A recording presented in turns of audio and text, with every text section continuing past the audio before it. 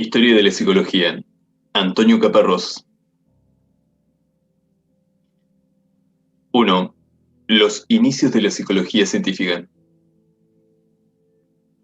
Así, pues, me parece, en definitiva, que el único camino que la psicología puede tomar es aquel que parte de los más elementales problemas de la vida anímica, los cuales se hallan ocultos en los fenómenos de la percepción sensible. Bond, 1920. Sumario.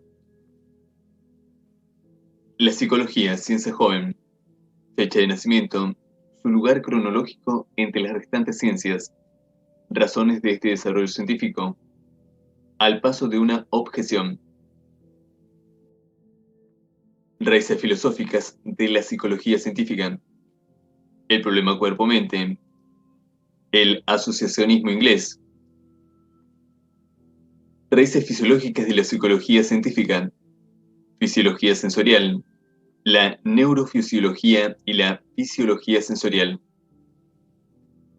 Los primeros brotes de la psicología científica, Fechner y la psicofísica, Wundt y la psicología experimental.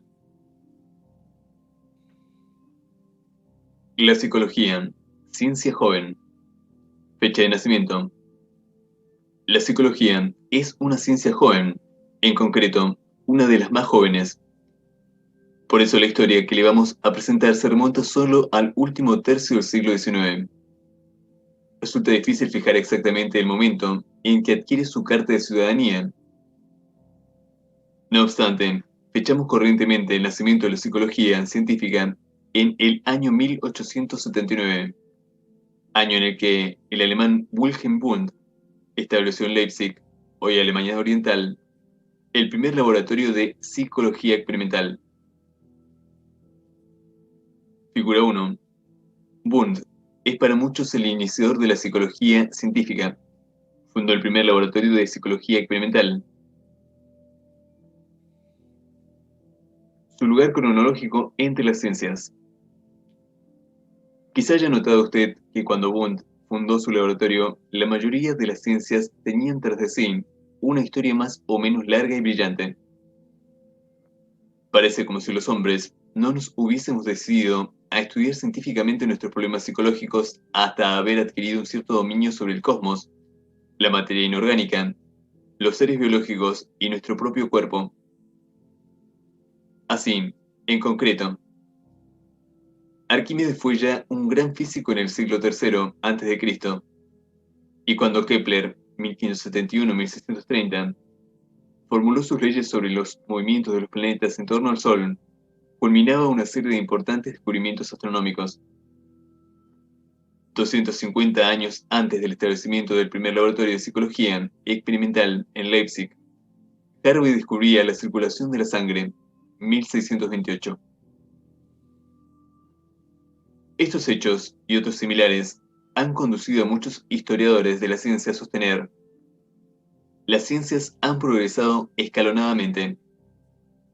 Este progreso se inicia con las ciencias más alejadas del hombre, física, astronomía, etc., y se dirige hacia las más próximas a sus problemas específicos, ciencias humanas en general y la psicología en particular. Razones de este desarrollo tardío. Dos son principalmente las razones aducidas para explicar esta aparición tan reciente de la psicología. A. El carácter espiritual, sagrado y trascendente que la mayoría de las instituciones humanas han atribuido y atribuyen al ser humano. Aun aceptando que el cuerpo humano es una realidad material, el hecho es que todas las tendencias e instituciones que han depositado el psiquismo del hombre en un alma espiritual, sagrada y alejada de la materia, han impedido el surgimiento de la psicología como ciencia experimental. Es importante que caiga en el porqué de esta afirmación. La ciencia, por definición, exige un control, una verificación y una observación experimental de sus datos y de sus descubrimientos, de sus afirmaciones y teorías, cosa que tiene lugar básica y fundamentalmente en el laboratorio. Ahora bien, todo lo que sea espiritual, también por definición, no puede someterse a un control experimental de laboratorio, propio de las cosas materiales. Por otra parte, estos métodos experimentales se tienden a considerar indignos de algo tan sagrado como el alma. B. La complejidad del ser humano y de su comportamiento, sea cual fuere la concepción que se tenga de él. Esta complejidad, reconocida por los mismos psicólogos, ha exigido que los métodos científicos y los instrumentos de observación alcanzaran una gran perfección antes de ser aplicados al hombre. Al paso de una objeción.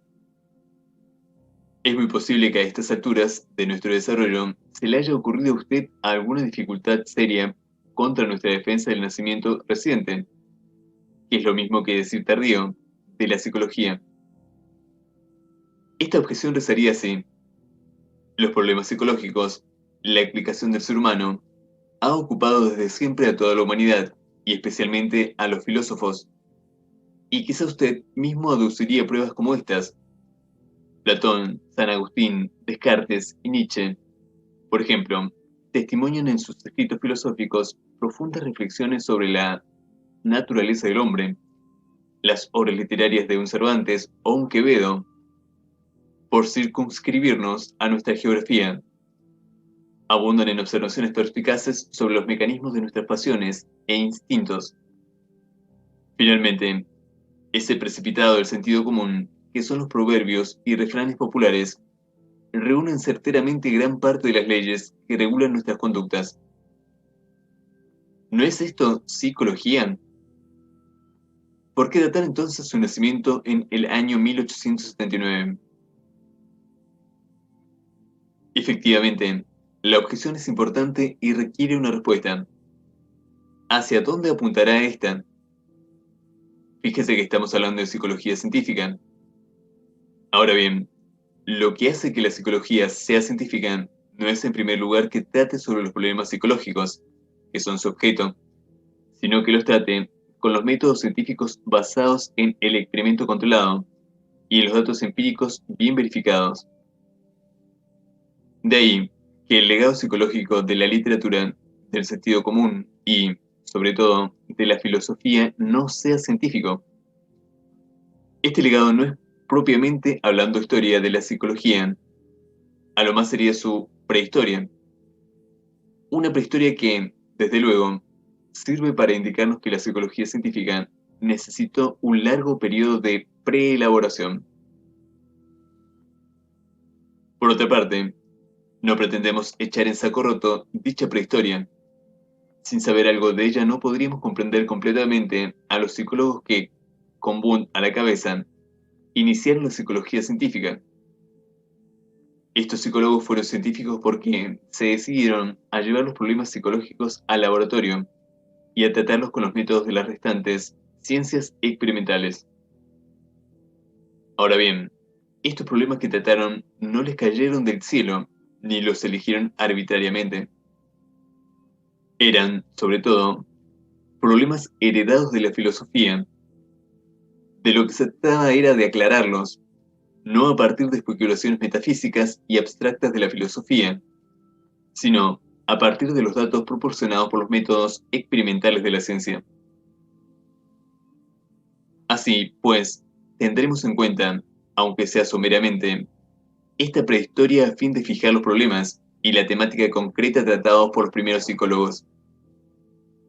Por otra parte, nos ceñiremos a la prehistoria estrictamente filosófica a este respecto. La razón principal es que de hecho los problemas que trataron Wundt y sus colegas fueron los que le legó la llamada psicología filosófica. Pero como los métodos científicos experimentales que fueron aplicados a los problemas filosóficos fueron tomados de la fisiología, especialmente la sensorial y la cerebral, nos detendremos posteriormente en lo que hemos dado en llamar raíces fisiológicas de la psicología científica. Observe, por consiguiente, lo que resulta de todo lo dicho. La psicología científica surge de la convergencia de dos factores. Por una parte, unos problemas y unas cuestiones psicológicas, pero de origen filosófico. Por otra, unos métodos unas técnicas y unos instrumentos de observación aplicables y aplicados a esos problemas, pero cuyo origen se encuentra en otras ciencias más antiguas que la psicología. Raíces filosóficas de la psicología científica. Una rápida lectura de cualquier obra de Wundt nos testimonia lo que ya nos insinúa en su misma brevedad el texto que hemos elegido para encabezar este primer tema. La psicología naciente tiene como objeto la vida anímica, la vida de la mente, lo cual supone, a su vez, reconocer que en el hombre hay también un cuerpo distinto de la mente. Esta vida anímica se fundamenta en elementos sensoriales, en elementos relacionados con la percepción sensorial, de cuyas variadas combinaciones o asociaciones surge nuestra vida anímica. Esto nos conduce a los dos grandes problemas que la psicología científica hereda de la filosofía. Veámoslos. El problema cuerpo-mente. Gardner Murphy, en el año 1950, sugirió que la teoría del dualismo de alma y cuerpo se basa en los sueños que ocasionalmente tiene el hombre sobre sí mismo y en los que se ve yendo de un lado para otro, mientras su cuerpo yace inmóvil y en descanso. Además de esto, en los sueños se puede ver también a los muertos como si estuviesen vivos. Esto significa, las personas que duermen experimentan en actividad tanto a sí mismos como a otras personas muertas. Al mismo tiempo, estas personas que sueñan están y saben que están en reposo e inmóviles. De esta doble constatación, los hombres primitivos, con una ingenuidad parecida a los niños de hoy, habrían concluido que en nosotros hay otra fuerza independiente del cuerpo y al mismo tiempo incorpórea, que sería responsable de aquella actividad.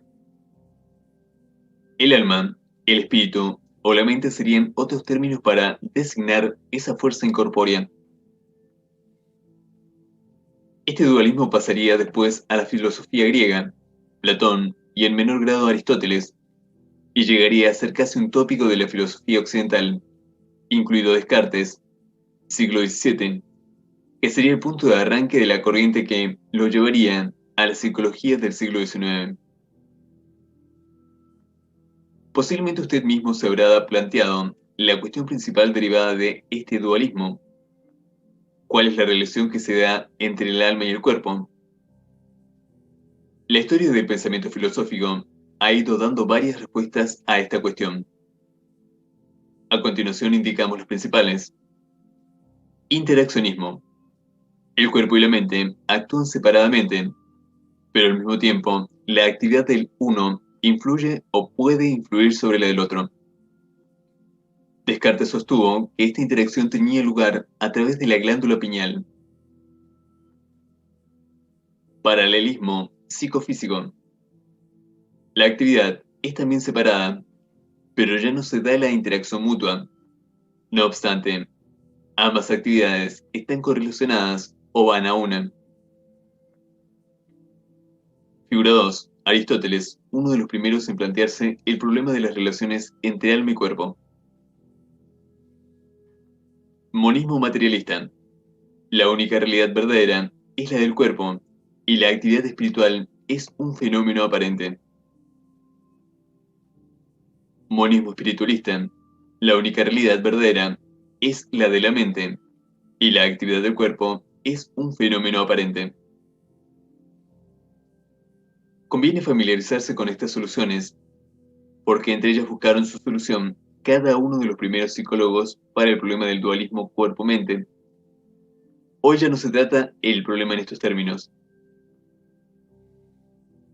Tampoco hay que olvidar que los primeros psicólogos se consideraron científicos, y lo eran, pese a que nunca se resolverá por la ciencia y con métodos científicos el problema cuerpo-mente. No es soluble científicamente porque el alma o la mente, al ser inmateriales por definición, escapan a la observación directa, condición que pide a sus objetos la ciencia experimental.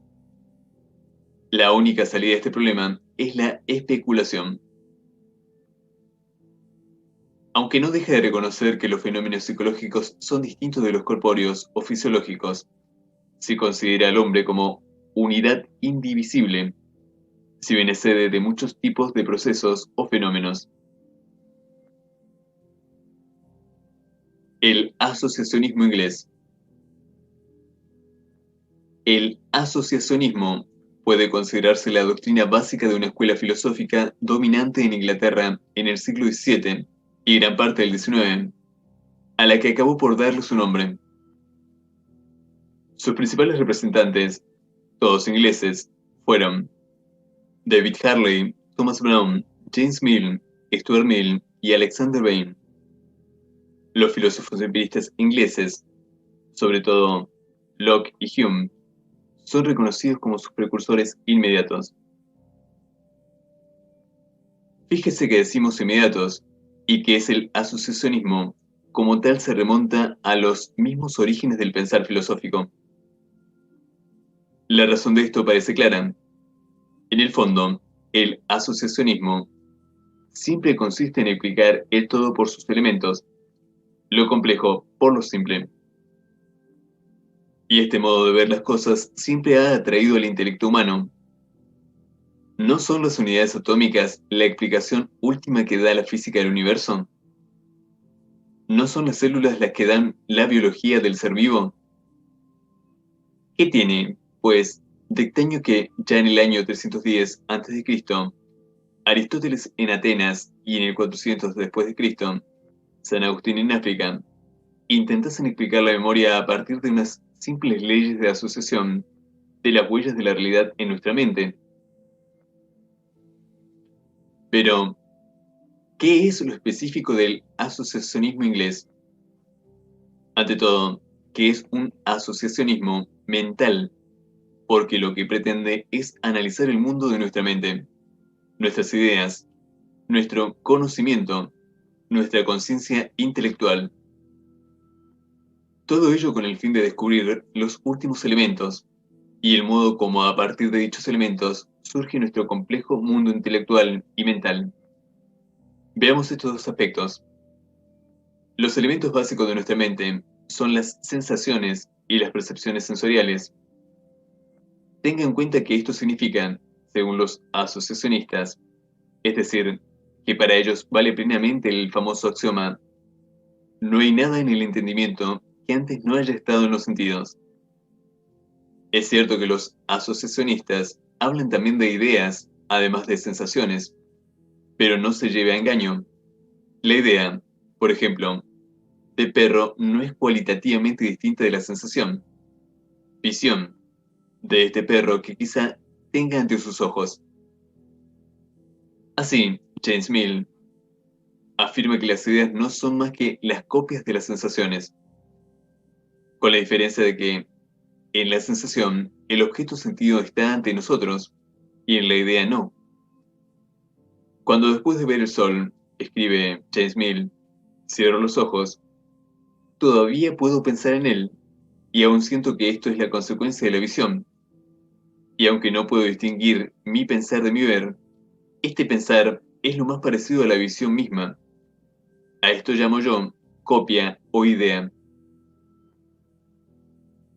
A partir de estos elementos simples, sensaciones e ideas como copias, los asociacionistas pretenden explicar todas las complejidades de nuestra vida mental por simples asociaciones mecánicas de los mismos. Veamos otro testimonio.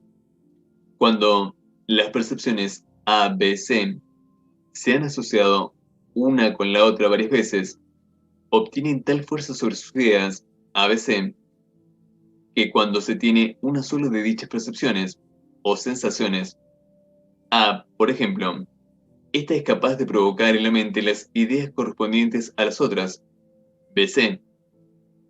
Así escribía Harley, y el mismo James Mill le añadiría: ladrillo es una mezcla compleja. Mezcla, hormigón, es otra idea compleja. Estas ideas junto con ideas de cantidad y posición componen mi idea de pared. Mi idea de tablón es una idea compleja. Mi idea de viga es otra. Mi idea de clavo, otra. Estas ideas unidas a las de cantidad y posición componen mi idea de piso. Recordemos finalmente algunas de las leyes de la asociación, leyes que, según el asociacionismo, rigen todos nuestros procesos mentales, cualquiera que sea su complejidad. Ley de contigüidad. Dos procesos psíquicos que ocurren simultánea o sucesivamente se asocian entre sí. Ley de frecuencia. Las asociaciones que se hacen más frecuentemente son las que resultan más duraderas y estables. Ley de recencia. Las asociaciones que se hicieron más recientemente son también más duraderas y estables. Buena prueba de la importancia del asociacionismo inglés es que las obras de Brown, James, Bain, etc. marcaban la pauta a los interesados en problemas psicológicos durante la segunda mitad del siglo XVIII y la primera del XIX, sobre todo en el mundo sajón, incluido el norteamericano. El mundo alemán estaba por estos años ocupado en grandes especulaciones del idealismo, ajeno al mundo sensorial de los asociacionistas. A mediados del siglo XIX, una serie de hombres de ciencia alemanes se interesan por el asociacionismo, concretamente el fisiólogo de los sentidos y físico von Helmholtz y el padre de la psicología Wundt. Autorizan e impulsan la entrada del asociacionismo en el mundo científico alemán. Resultado de tal reconocimiento va a ser el nacimiento de la ciencia psicológica. Recuerde que dicha ciencia, en sus comienzos, no fue otra cosa que una aplicación de los métodos de la ciencia, fisiología sobre todo, a la vida de la mente, tal como la concebían los asociacionistas. Figura 3. El asociacionismo es una de las respuestas que se dieron al problema alma-cuerpo. Brown, James, Doss y Bain marcaron la pauta dentro del asociacionismo inglés, introducido en Alemania por Wundt y Helmholtz. 1. Figura 4. Modelo asociativo de Harley. Si la percepción P se asocia con otra percepción P apóstrofe, entonces, presentada sola, provocará la idea de P apóstrofe. Si idea 1 se asocia con otra idea 1 apóstrofe, entonces, presentada sola, provocará la idea de 1 apóstrofe. En resumen, aunque filosóficamente se ha tratado el problema del alma desde muchos siglos atrás, la psicología como ciencia es muy joven. Se da como año de su nacimiento 1879, año en que Wilhelm Wundt estableció en Leipzig, Alemania, el primer laboratorio de psicología experimental. El progreso de las ciencias se ha realizado siempre a partir de las más alejadas del hombre, hasta llegar a las más próximas a sus problemas. El retraso en el desarrollo de la psicología se explica por el carácter espiritual atribuido al alma y que la sustrajo a toda experimentación material. También ha influido en este retraso la complejidad del ser humano que hacía necesario el perfeccionamiento de los métodos científicos y de los instrumentos de observación. La psicología toma los problemas tratados en filosofía en plan especulativo para dar a su estudio un signo científico. De la psicología filosófica se pasa a la psicología científica. En la percepción sensorial y sus posibles combinaciones, asociaciones, se fundamenta la vida anímica del hombre. El problema del dualismo cuerpo-mente, presente ya en los pueblos primitivos, fue objeto de la filosofía griega, Platón y Aristóteles, y llegó a ser obsesión de la filosofía occidental en el siglo XVII. De entonces, Renato Descartes arranca la corriente que vino a desembocar en la psicología del siglo XIX. Se pretendió resolver el problema de la relación cuerpo-mente por el interaccionismo, el paralelismo psicofísico, el monismo materialista y el monismo espiritualista, etc. Siempre en el plano de la especulación, ya que el alma no puede ser objeto de ciencia al no ser directamente observable por su condición inmaterial. El asociacionismo inglés, específicamente mental, busca la explicación del complejo mundo mental e intelectual, partiendo del conocimiento y análisis de la mente, la idea, el conocimiento y la conciencia intelectual. Entre las leyes que formula el asociacionismo destacan las de contigüidad, frecuencia y recencia. Arraigado en el mundo sajón, recibió gran impulso al ser aceptado en Alemania por hombres como Wundt, Helmholtz, etc. Raíces fisiológicas de la psicología científica. En la historia del hombre, y por tanto en la del conocimiento científico, nunca se parte de cero. De dónde iban a surgir los métodos experimentales y los instrumentos de observación de los nuevos científicos de la mente, sino de los laboratorios de fisiología, sobre todo de fisiología sensorial. Comprenderá perfectamente la cuestión si piensa que el objeto de la fisiología y el de la psicología son fronterizos e incluso se superponen a veces. Esto vale aún más si nos fijamos en el objeto de la fisiología sensorial, que trata de los sentidos y su funcionamiento, que tuvo un auge incomparable en el siglo XIX, y en el de la psicología filosófica dualista y asociacionista, que se interesa por la asociación de los contenidos sensoriales de la mente. Veámoslo en un ejemplo concreto. El gran Helmholtz, analizando el funcionamiento de las estructuras anatómicas del ojo en la visión de los colores, ¿cómo le iba a ser posible ese análisis fisiológico sin tener en cuenta y analizar al mismo tiempo el aspecto psicológico de la visión? Es decir, la sensación y experiencia subjetiva del ojo, del amarillo, etc. Para conocer los procesos implicados en la visión de un color, hay que analizar primero los componentes de ese color tal como se da en la sensación. Hay que diferenciarlo, aislarlo. Figura 5. A partir de la fisiología sensorial, es posible llevar a la psicología métodos experimentales. Así lo vio Johannes Müller. Ante esto, y los éxitos de la ciencia fisiológica, ¿no se le ocurre pensar que las personas interesadas en la psicología sentirían una inclinación irresistible a seguir aplicando aquellos métodos, pero ya no de un modo subordinado a la fisiología, sino con autonomía y con una perspectiva y unos intereses estrictamente psicológicos? Supuesto este marque del problema, que es lo decisivo, veamos ahora algunos hechos concretos. Fisiología sensorial. Puede decirse que los cimientos experimentales y teóricos de la fisiología sensorial quedaron asentados definitivamente en Alemania durante la primera mitad del siglo XIX. El creador de la escuela alemana de fisiólogos fue Johannes Müller, famoso sobre todo por haber formulado la ley de las energías específicas de los nervios sensoriales. ¿Qué nos dice esta ley? Ni más ni menos que cada nervio reacciona siempre en su forma característica, cualquiera que sea el estímulo que le afecte.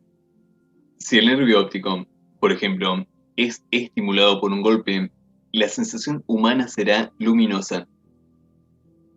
¿Acaso no recuerda haber visto usted las estrellas al haberse dado un golpe en el ojo? En el fondo, nuestra ley viene a decirnos que los ojos solo ven, que nunca pueden oír y oler. No obstante, a pesar de la importancia de esta ley, no limite el nombre de Müller a la misma. Su importancia radica, ante todo, en el tesón con que promovió investigaciones sensoriales que influyeron decisivamente en el nacimiento de la psicología.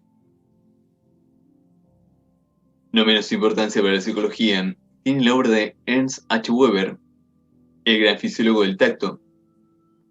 Fue uno de los fisiólogos que acabaron con la idea popular de los cinco sentidos, Hizo ver que el llamado tacto contenía diferentes sensibilidades: presión, temperatura y dolor. A nosotros, sin embargo, el descubrimiento de Weber que más nos interesa es el de la diferencia apenas perceptible, un descubrimiento que se constituyó en punto inicial de unos experimentos que llevaron inmediatamente a la psicología experimental.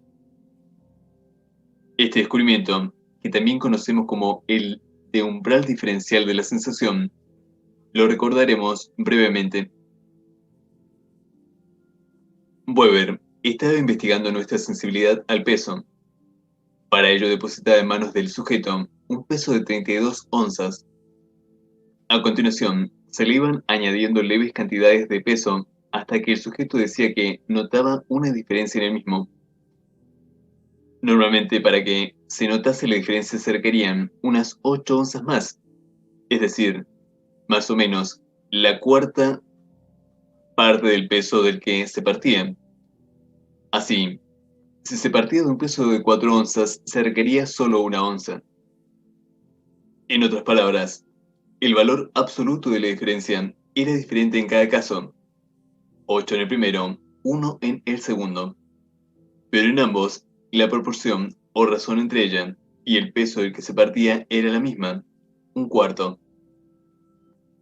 A partir de aquí, Weber extendió sus experimentos a otros sentidos. Por ejemplo, dibujaba líneas de una determinada longitud, que luego iba aumentando gradualmente hasta que el sujeto dijese que notaba una diferencia en la longitud expuesta. Comprobó que también, en la sensibilidad visual, existía una razón constante entre la diferencia y la cantidad de la que se partía. Estos resultados llevaron más tarde a la formulación de la ley de Weber, que nos dice que, en cada sentido, se da una relación constante entre el aumento o disminución, la llamada diferencia, cuyo símbolo es delta I, de la intensidad del estímulo requerido para que el sujeto perciba una diferencia en su sensación, y la intensidad del estímulo del que se parte. La fórmula correspondiente es K delta I dividido I. Cuanta más capacidad de discriminación tenga un sentido, cuanto más sensible sea, menor será su K.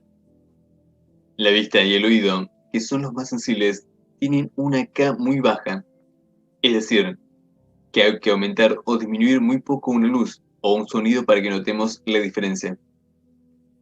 El siguiente cuadro puede serle útil. Constante de Weber, K. Visión, luz blanca, 1/60. Dolor, estimulado térmicamente en la piel, 1/30. Audición, sonido de tono medio, 1/10. Olfato, olor del caucho, 1/4. Gusto, sal de mesa, 1/3. Figura 6. Una de las múltiples ilusiones sensoriales. A. La ilusión horizontal vertical. Es curioso que en las culturas occidentales, la línea vertical se percibe más larga. El efecto es aún mayor en otras culturas. B. La ilusión de Müller-Lyon. Ambos segmentos son iguales, pero A parece más corto. Conviene que sepa que la ley de Weber no tiene el valor que antaño se creyó, pero en algunos casos representa una buena aproximación a la realidad y puede tener un valor práctico, aparte de la importancia histórica derivada de la gran cantidad de investigación que siempre suscitó.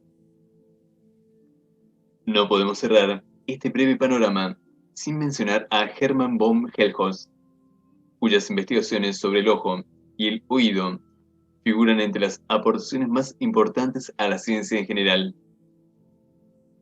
Como dice Heidbreder, sus estudios no solo pusieron de manifiesto la enorme complejidad de procesos psicológicos en apariencia tan simples como el ver objetos y oír sonidos, sino que al mismo tiempo revelaron en forma brillante la posibilidad de estudiar estos procesos utilizando los métodos de las ciencias naturales.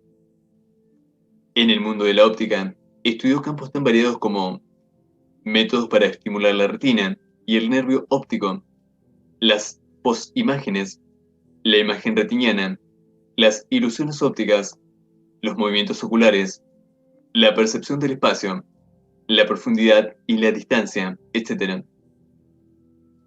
En el de la acústica mostró que el tono aparentemente simple de una cuerda al vibrar contiene otros sobretonos, que en el oído de los sonidos resuenan como una especie de arpa. Determinó los tonos más altos y más bajos que se pueden detectar, así como los intervalos distinguibles entre ellos. En todos estos problemas demostró la posibilidad de observar científicamente la sensación y la percepción, los procesos que se consideraban el fundamento de la vida mental. En una palabra, Helmholtz probó que la experimentación exacta puede aplicarse al material estrictamente psicológico. La neurofisiología y la fisiología cerebral.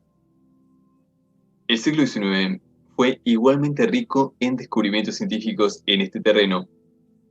Usted comprenderá perfectamente que no podemos hacer una exposición, ni siquiera una enumeración exhaustiva de ellos, aunque le mencionaremos algunos a fin de tener un punto de referencia mínimo.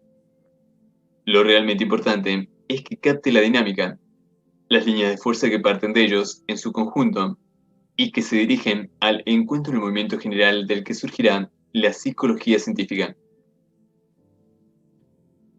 Los trabajos de Florence sobre el cerebro a base de extirpar algunas partes del mismo en palomas y en ver su impacto en el comportamiento psicológico, los posteriores de Fritz y Hitzig, excitando eléctricamente el mismo cerebro y observando igualmente su influjo en la conducta, el descubrimiento de Bell de que el sistema nervioso tiene nervios sensitivos y motores y que por tanto no es una invisible voluntad la que mueve al cuerpo, sino el cerebro a través de los nervios motores. El redescubrimiento de Hall de la importancia del arco reflejo y en consecuencia de muchos movimientos involuntarios, aunque no por eso erráticos o sin orientación y sin sentido. Estos y otros muchos descubrimientos contribuyeron, además de al avance de esa rama de la psicología que es la psicofisiología, a algo que se necesitaba para que los métodos experimentales pudieran ser aplicados al hombre. Recordarán, sin duda, lo que decíamos al comienzo del tema, la opinión de que lo específico del hombre era espiritual, constituyó uno de los principales obstáculos para el nacimiento de la psicología científica. Pues bien, gracias a los estudios neurológicos del siglo XIX, se vio que, independientemente de lo que uno creyese sobre la existencia del alma, las actividades y funciones psíquicas, el comportamiento psicológico, tenían un fundamento material. El hombre era un ser natural más, y que nada en él era extraño a la misma naturaleza, que, en otros ámbitos, era estudiada con éxito por las ciencias. Así, en gran parte, el obstáculo mencionado estaba allanado. Había llegado la hora de llevar al hombre al laboratorio experimental. Los primeros brotes de la psicología científica. Fechner y la psicofísica. Gustav Theodor Fechner es una de esas figuras ante las cuales uno no sabe qué tiene que valorar más, si el hombre o la obra. Por esto, es interesante que usted conozca algunos aspectos. Fechner fue al mismo tiempo un gran hombre de ciencia y un místico, atormentado por exigencias intelectuales opuestas, pero al mismo tiempo radicalmente honesto. Nunca renunció a ser fiel a ambas exigencias. Estudió medicina, matemáticas, química y física, llegando a la fama por sus investigaciones sobre la corriente eléctrica. Le impresionaba, incluso emocionalmente, la exactitud de la ciencia, el orden que revelaba existir en el mundo.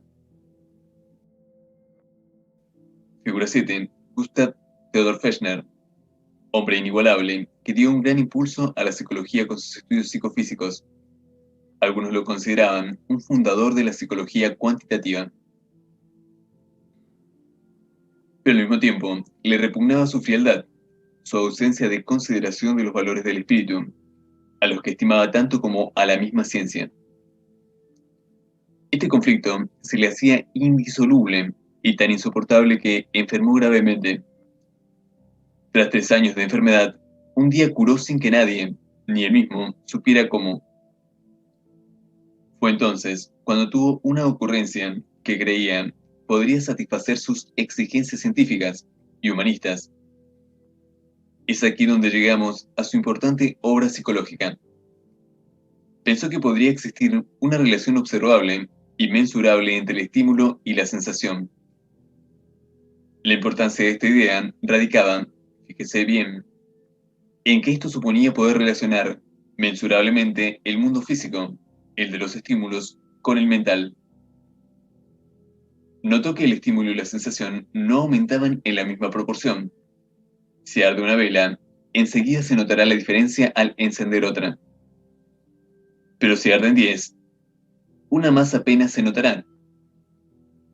Fechner sabía que la sensación no podía medirse directamente, pero que el estímulo sí. Sin embargo, advirtió que un aumento o disminución de una fracción constante del estímulo se correlacionaba regularmente con la diferencia mínimamente discernible de la sensación. Para Fechner, esto suponía lo que buscaba: relacionar exacta y cuantitativamente los mundos físico y mental. Si su idea se verificaba, se reconciliarían los dos mundos que creía desconectados. Obtendría la unidad universal que anhelaba. Se dispuso a comprobar sus hipótesis y conoció el descubrimiento de Weber. Entonces formuló matemáticamente los resultados de esta y se consagró a confirmarlos experimentalmente. Así, levantó miles de pesos, hizo estudios similares con los grados de claridad y las distancias visuales, etc. De este modo, encontró relaciones constantes suficientes para corroborar sus esperanzas.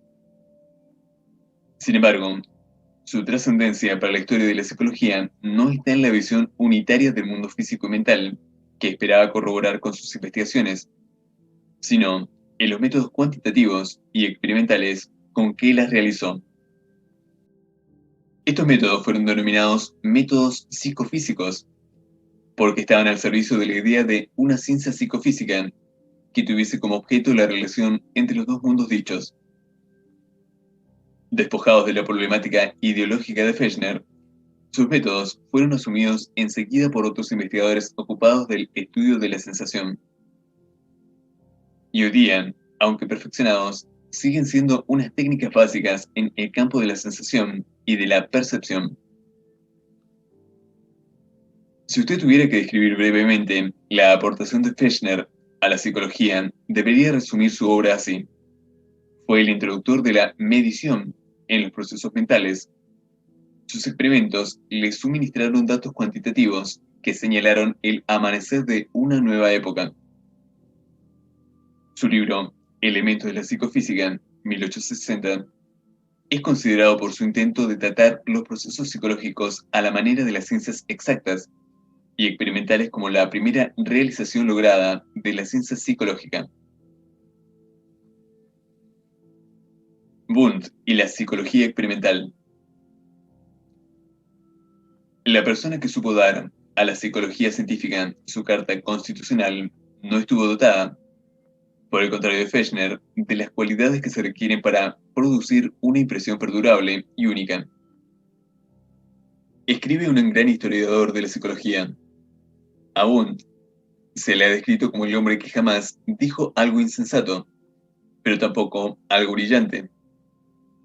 Instruido, lógico, laborioso, sistemático, tanto por su temperamento como por su erudición se acomodaba admirablemente a la tarea de centralización, organización e integración que la psicología tanto necesitaba en ese momento. Efectivamente, su imagen de Wundt debe ser ante todo la del hombre laborioso, pero no genial, que se necesitaba para dar el toque final que congregase las partes, que aplicase de un modo definitivo, sistemático y experimental los métodos de la ciencia a los contenidos mentales de la conciencia. Supuesta esta breve introducción, creemos que nos agradecerá una cierta sistematización de la psicología wundtiana, dado que ésta adquiere ya una cierta complejidad. Lo primero a tener en cuenta es su formación. Wundt tuvo como estudio básico la medicina y como especialización la fisiología, en la cual se formó teniendo a Müller como maestro en Berlín.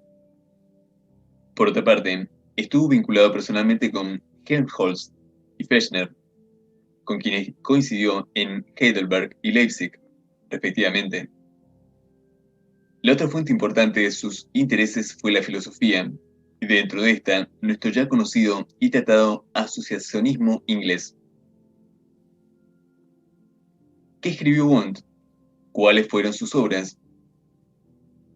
Su gran obra es Rasgos fundamentales de la psicología fisiológica, Carta auténtica constitucional de la psicología científica. La escribió en Heidelberg en el año 1874. Al año siguiente fue a Leipzig como catedrático y allí fundó su famoso laboratorio en 1879. La obra fue revisada 6 veces a medida que sus descubrimientos experimentales iban adquiriendo un cierto volumen y relieve. Wundt hacía estas revisiones con mimo y cuidado, consciente de su paternidad respecto a la nueva ciencia. En 1881 fundó una revista, Estudios Filosóficos. En ella se informaba sobre los experimentos llevados a cabo por Wundt y sus discípulos. El influjo de esta revista fue tan importante como numerosos sus discípulos. No olvide usted que Leipzig y su laboratorio se convirtieron en el centro universal de la psicología experimental, que allí acudían estudiantes alemanes, Kulpe, Neumann, etc., americanos, Hall, Angel, Warren, etc., ingleses, Spearman, Titchener, y que estos estudiantes se convertirían después en los profesores universitarios que extenderían por todo el mundo la nueva ciencia. La otra gran obra de Wundt fue la psicología de los pueblos. Sobre ella volveremos después. Pero seamos concretos. ¿Cuál era el objeto de la psicología para Wundt? La respuesta es clara. La conciencia, o mejor, los elementos componentes de nuestra experiencia consciente, los procesos mentales. Entre estos, los que fundamentalmente interesaban a la psicología experimental eran los relativos al conocimiento, es decir, las sensaciones. Con todo, Wundt se interesó también, aunque en menor grado, por el sentimiento y la voluntad. Esto significa que los problemas tratados en el laboratorio eran los relacionados con la sensación, básicamente. Citemos algunos. Describir y analizar las experiencias sensoriales según su modalidad, visual, táctil, olfatoria, sinestésica, etc., y sus cualidades, intensidad, duración, extensión, etc. Medir los tiempos de reacción, es decir, el intervalo entre la presentación del estímulo y nuestra respuesta o reacción. Calcular nuestra capacidad, campo y fluctuación de atención. Descubrir y explicar ilusiones ópticas, contrastes visuales y diferenciación de colores. Cuando trataban los sentimientos, todo radicaba en ver cómo se clasificaban según estas dimensiones. Grato, desagradable, tenso, relajado, excitado, deprimido. Sin duda que usted estará pensando que todos estos problemas son como muy teóricos, muy alejados de la vida, muy de laboratorio. No carece de toda razón. Veremos posteriormente que la moderna psicología surgió como una reacción contra el carácter artificioso de estos problemas. Pero no olvide tampoco que Wundt y sus discípulos dieron el primer paso, y que este es el más difícil. Una vez que se había hecho de la psicología una ciencia, ya sería más fácil aplicarla a problemas más importantes y vitales. Veamos ahora el método que aplicaba Wundt. El estudio de nuestra experiencia inmediata debía hacerse por la introspección, que es la observación controlada de los elementos de la propia conciencia bajo condiciones objetivas. Es, pues, una observación de laboratorio y no de sillón. Se le presenta al sujeto un estímulo mensurable en condiciones conocidas por el experimentador y el sujeto informado sobre la reacción y por los procesos intermedios entre estímulo y reacción experimentados. Los sujetos eran introspeccionistas que dominasen la situación de tal forma que no la alterasen al observarla y que al mismo tiempo se limitaran a observar únicamente el proceso de la conciencia. Por ejemplo, si miro una hoja verde, experimento un color, claridad, forma y debo relatar estas experiencias. Decir que veo una hoja no valdría porque la hoja es el estímulo que provoca esas experiencias, pero no las experiencias mismas. No hay que confundir, pues, la introspección con una actitud de autoobservación enfermiza, de autoatención mórbida. ¿Y qué decir del problema del cuerpo y el alma? También ante esto tomó postura decidida Wundt, el paralelismo psicofísico. Wundt sostenía que los procesos mentales y los corporales y fisiológicos transcurrían paralelamente, pero sin la interacción mutua. Por otra parte, la psicología tenía que limitarse a analizar los procesos mentales. Tenía derecho a constatar la existencia de unos procesos fisiológicos paralelos, pero adentrarse en ellos era algo que no le concernía. Recordará que al hablar de las obras de Wundt, mencionamos la psicología de los pueblos, remitiéndole a una consideración ulterior de la misma. Pues bien, este es el momento de tal consideración. Wundt era un hombre con una fe ciega en la introspección y el laboratorio.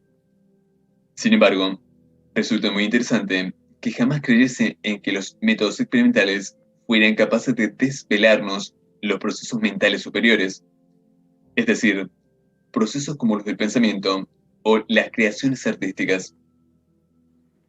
Creía que estos procesos superiores solo podían estudiarse por los productos o creaciones sociales y culturales, que para aproximarse a ellos había que recurrir a la historia y al método histórico.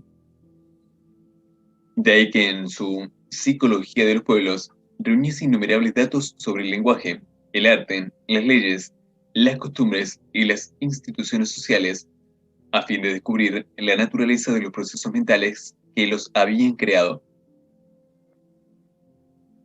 No podemos acabar esta exposición sin hacerle conocedor del nombre Edward B. Titchener, uno de los grandes discípulos de Wundt e introductor de su psicología científica en Estados Unidos.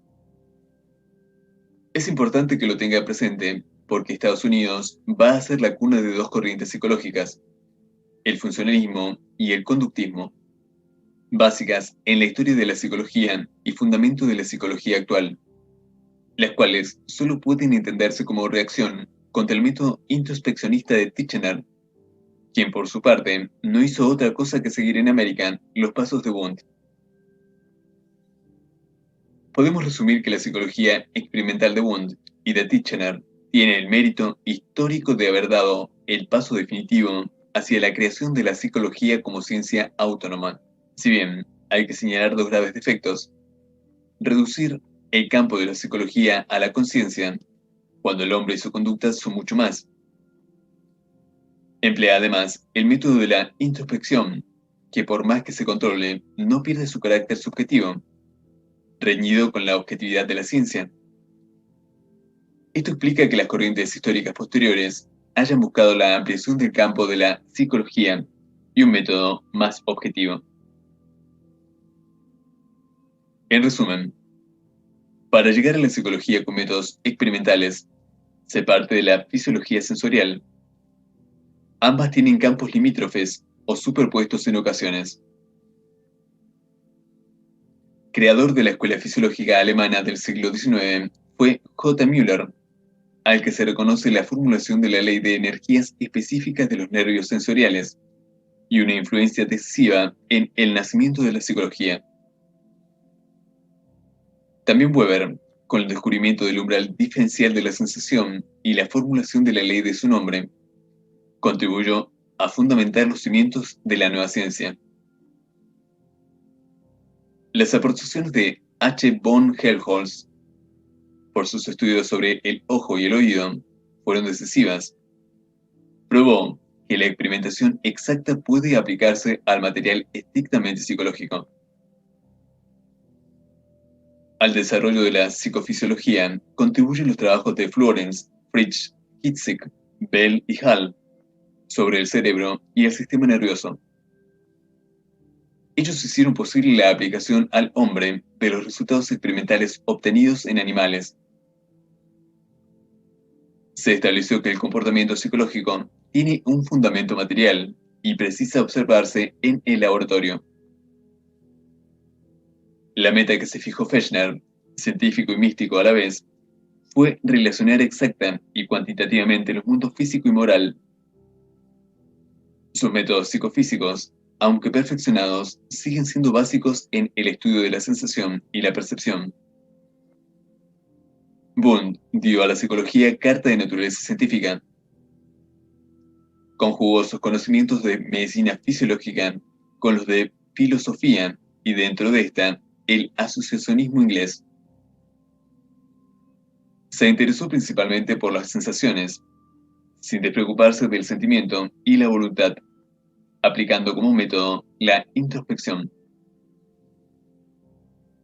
Al tratar el problema cuerpo-mente, su postura fue el paralelismo psicofísico y trató de hallar la naturaleza de los procesos mentales superiores en el estudio de la psicología de los pueblos.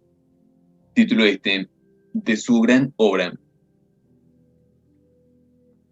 Su discípulo Titchener fue el introductor de la psicología en Estados Unidos, cuna de las dos grandes corrientes psicológicas que son el funcionalismo y el conductismo.